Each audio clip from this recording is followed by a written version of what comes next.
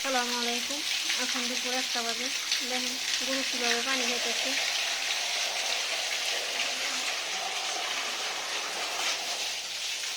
এই পানিটা আমি 3টা পর্যন্ত চাইলে থাকবো। এই পানির মধ্যে আমি গুঁড়া বসে দিয়ে দিব।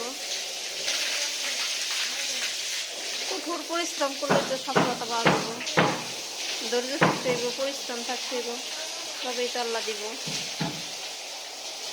আমি প্রথমে একটা গরু দিয়ে শুরু করছিলাম,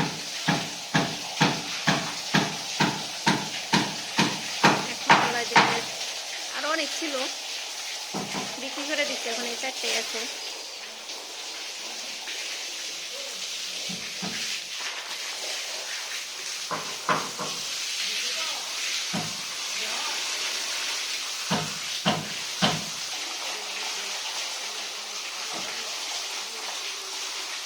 ট্যাপের থেকে পানি দিলে গরু গোসল হয় না, সরাসরি মোটর থেকে দিয়ে ঠান্ডা পানি।